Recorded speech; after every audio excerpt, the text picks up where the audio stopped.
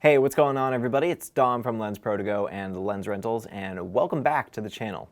So about a month ago, I did a video on what we should expect from the Canon C70, and now it's right here with me in the flesh. And by the flesh, I mean like plastic and metal and circuits and stuff. But the point is that I have it here with me today. And so that means in this video, I'm going to be walking you through a physical overview of this camera, as well as a walkthrough of the menu systems. So let's check it out. So the Canon EOS C70 was announced late last year, and everybody's general impression was that this was Canon's attempt to sort of bridge the gap between their cinema line and their mirrorless line. So if you were tempted to call this thing like a bridge between the C200 and an R5, well, that wouldn't be that crazy, and that's actually kind of spot on. It's like a larger R5 with a deeper grip and is also a little bit extended in the back. My very first impression after picking up this camera for the first time was that given its size and weight and deep grip, I thought that it felt tremendous to shoot video on, and I'm pretty sure that that's what Canon was going for. So as for the physical features of this camera, some things that are worth mentioning are this power switch with a lock mode.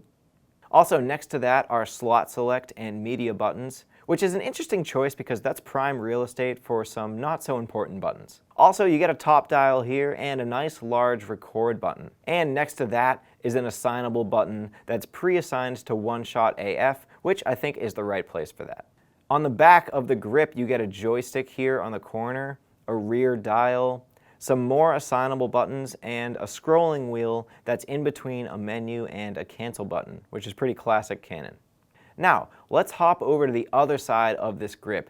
On the hand grip is where the media door is located, and the door feels really well made, but I think the surprise here comes from the fact that it's right on the grip when they could have put it in a more thoughtful place. Also under that is time code, but that makes a bit more sense.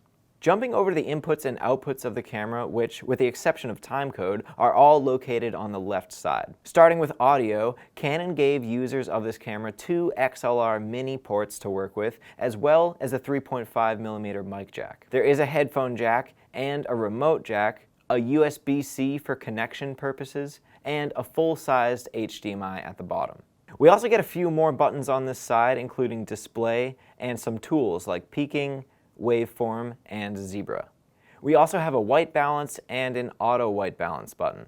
Above those, very exciting, are internal NDs, and you can toggle between 2, 4, and 6 stops like on any Canon cinema camera, as well as 8 and 10 stops in the extended ND mode, which is new. We'll get back to the sensor in a second, but let's quickly swing around back again.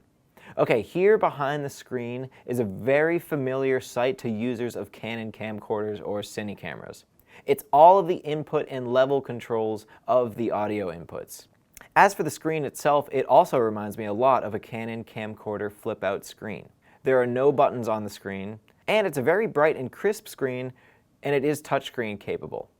Underneath the screen is a battery bay, which houses a Canon BPA series battery, the same as the C200 and C300, and next to that is your input for DC power. As promised, circling back around to the sensor. This sensor is actually the exact same as the C300 Mark III, so that's a pretty darn good sign because that's an $11,000 cinema camera. This sensor is capable of a whopping 16 stops of dynamic range and features a dual gain output. Also, this camera features the Canon RF mount, which isn't so surprising as it seems this is the future of Canon mounts. Finally, some minor stuff that's worth mentioning. On the bottom, you get a 3/8 thread right in the center and a 1/4-20 on each side of that. You also get a 1/4-20 here on the side of the camera. Lastly, lesson learned from the R5, we have some pretty serious intake and exhaust vents to prevent overheating. Okay, so that's going to do it for the physical overview of this camera. Now I'm going to walk you through the menu system of the EOS C70. Now, if you are used to the menu system on the C200, then you'll feel right at home here because the menu on the C70 is very similar to the C200. It's a horizontally laid out menu that's a bit translucent, allowing you to see the image behind it. Each section of the menu has a little icon, and you can navigate sideways through the sections, or go page by page. Okay, starting in the first menu section, Camera Setup. This is where you'll control how your iris behaves, and also the extended ND range is here too. In the next few pages, you'll find options for shutter mode, ISO settings, and metering. On the 4th and 5th page are your autofocus settings. The 6th page is for color bars and any in-camera lens corrections. And finally, on page 7 is digital stabilization stuff and some anamorphic options. Next is the custom picture section, and here is where you can edit and save a number of profiles. If you go to edit one, you'll notice you can't make any changes to it if it's protected, and that's signified by this little key icon. When you're on this page, it will always display your current picture settings at the bottom, and while you're scrolling through the options, it will give you a summary of the profiles down there too. Next section is recording/media setup, which is where the goods are. On the first page is where you'll format your media, pick your sensor area, and most importantly, this is where you change all of your recording settings. It's broken up by recording format, which gives you the xf-avc option and a few MP4 options. Then it's resolution and bitrate, where you'll find some familiar resolutions, and next to each of those you'll see that each item has an intra-frame mode and a more compressed long GOP mode. Underneath that is frame rate, and this will only display the frame rates that are available given the codec and resolution that you selected above. The next page is basically for different types of recording, including options for slow and fast recording, and also continuous recording. Speaking of that, the third page is dedicated entirely to dual card recording, with tons of options there. And the fourth page here is pretty much all for metadata. The next section is audio setup, and here on the first page you'll get audio input selection, which is kind of like a visualization of the audio panel on the back. The next page is all about recording levels on each channel, and the page after that is all about attenuation and trimming. The fourth page is for the 3.5mm mic jack settings, and also for the built-in mics on the camera. Finally, in this section is audio output stuff, like headphone volume and monitoring. Next section is monitoring setup, and on the first page is all of your LCD settings. Page 2 is a whole page dedicated to anamorphic display options. A whole page is dedicated to black and white monitoring for whatever reason. And on the fourth page is where you'll find a lot of display options, and these are basically controlling what shows up when you toggle the display button. Page 5 is all about the opacity and orientation of the on-screen display, and the page after that is for monitoring with a LUT. Finally, on the last page is for the range of the image that comes over the HDMI. Next section is assistance functions. On the first page here you can toggle the focus guide, and on the next page is all for focus peaking settings. After that is magnification settings, false color settings, zebra settings, and waveform and vector scope settings. Page 7 is where you can toggle markers, and page 8 is all of those marker settings. Page 9 is for aspect ratio markers, page 10 is for a safe area marker, and the last page is all for user customizable marker settings.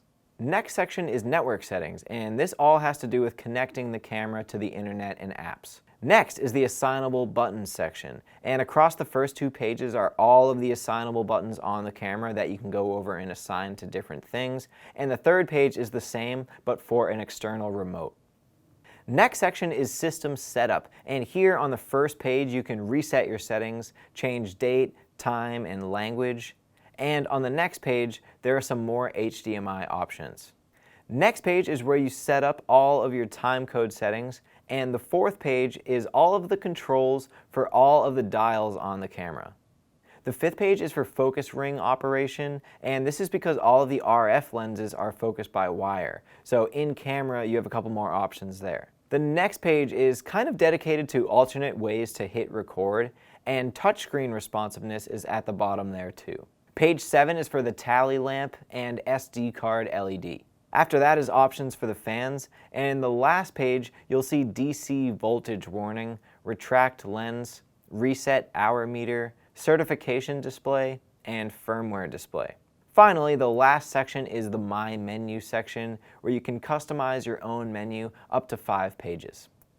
Okay, so that's going to do it for this physical overview and menu walkthrough of the Canon EOS C70. So in next week's video, I'll be doing more of a review of this camera where I'll share some opinions and also suggest some accessories to shoot with it too. So definitely be on the lookout for that. And of course, if you have any questions or comments about the C70, drop a comment in the comment section below and we'll start a discussion. Lastly, if you happen to like this video, hit that thumbs up button down below. And if you're not already, subscribe to the channel so you can stay tuned in for more of our weekly content.